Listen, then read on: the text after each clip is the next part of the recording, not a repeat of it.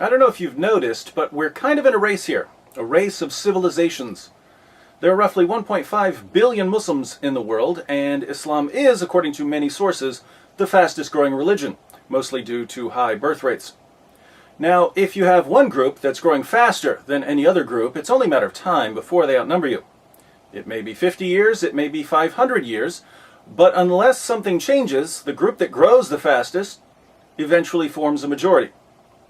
What this means is that Muslims don't need to win any wars, they don't need to win any popularity contests, they don't need to win a single argument.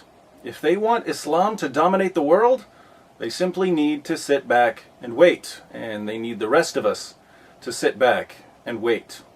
Have you ever been hypnotized? I hate waiting, especially when waiting, in this case, involves the collapse of Western civilization and the violent subjugation of anyone who doesn't submit to Islam. Shouldn't we find it incredibly disturbing that the government and the media are doing everything in their power to convince us that only racist, Islamophobic, hate-mongering bigots would be worried about Muhammad's teachings? They're telling us to keep quiet about Islam as Al-Qaeda dreams up new ways of terrorizing us. They're telling us to be patient as innocent people are slaughtered in the name of Allah. They're telling us to wait. Wait until what? Wait until Muslims make up a majority in France and Germany? Wait until Iran goes nuclear? Wait until the Muslim Brotherhood takes over a few more governments? Wait until more people get killed over cartoons? Wait until the Taliban wins Pakistan and its 100 or so nuclear warheads? What exactly are we waiting for? My friends, the time for sitting around doing nothing ended when Muhammad's followers started violently subjugating people way back in the 7th century. Here we are, nearly 14 centuries and 270 million bloody deaths later, and our leaders are convinced that if we just keep saying Islam is peaceful, someday the hearts of terrorists will melt, and they'll reinterpret the Quran to bring it in line with Western values. I'd be friends with the sparrows and the boy who shoots the arrows if I only had a heart. For those of us who live on planet reality, fairy tales are no longer an option. So what are we going to do? Well, the first thing we need to realize is that most Muslims in the West are as repulsed by Muhammad's teachings as we are. They believe in Muhammad, but their belief is superficial because they have no clue what Muhammad taught. They've never read the Quran, they've never read the Hadith, and if you quote some violent or immoral teaching from the Quran to them, chances are they're hearing it for the first time. They'll deny it, they'll throw out their most trusted sources, they'll reinterpret the clearest teachings of the Quran. Why? Because they're horrified at what their prophet taught. Westernized Muslims are no threat to you or anyone else. Now, if they ever establish a majority, things will suddenly change because once the Muslim community grows large enough, the Muslims who do know what Muhammad taught tend to rise to the surface, and a bunch of westernized Muslims certainly aren't going to stand against their more orthodox brothers. But for now, when westernized Muslims have a choice and can live how they want to live, they're about as dangerous as a diet soda. So don't think that the Muslims who live on your street are the enemy in this race of civilizations. They're people who've been misled and deceived, and whether they know it or not, they have much more in common with you and me than with Muhammad and his companions. We're just like everybody else. Being a Muslim in America, in my opinion, doesn't make me any different than anyone else. 110% American. Second, Islam's biggest ally in the West is ignorance. It's a slightly more important ally than political correctness. Our ignorance of Islam allows Muslims to win converts by claiming that Islam supports women's rights and that it promotes peace and tolerance and that the Quran has been perfectly preserved and that it's scientifically accurate. When people don't know anything about Islam, Muslims are free to say whatever they want about their religion and they get away with it because listeners don't know how to refute them.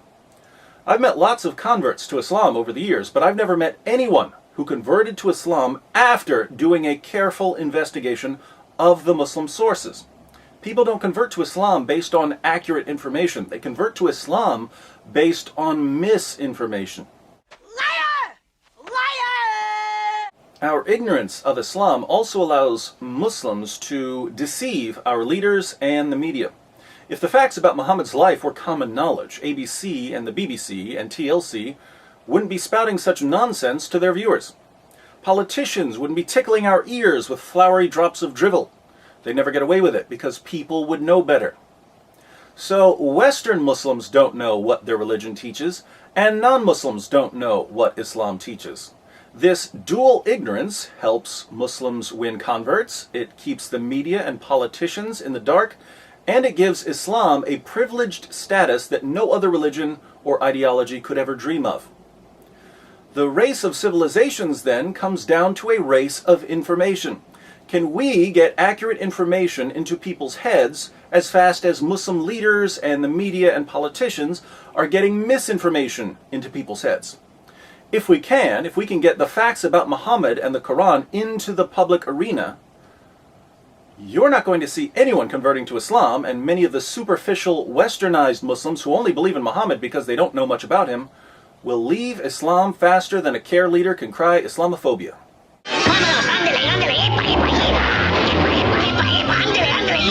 This brings us to the point of this video. Sam Shamoon and I have been planning to write some books since 2009. There are a lot of books out there about Islam. Some of them are good. Many of them are the opposite of good. But I'd say that the most devastating information and arguments against Islam haven't been published yet. The best books about Islam are still waiting to be written.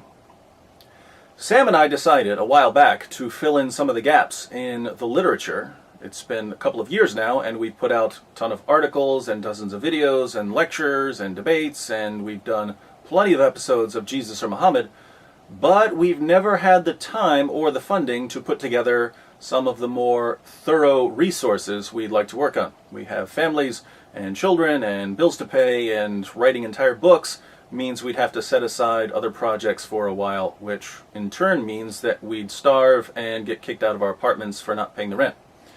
So, desperate times call for desperate measures. We've realized that we're never going to get this done on our own.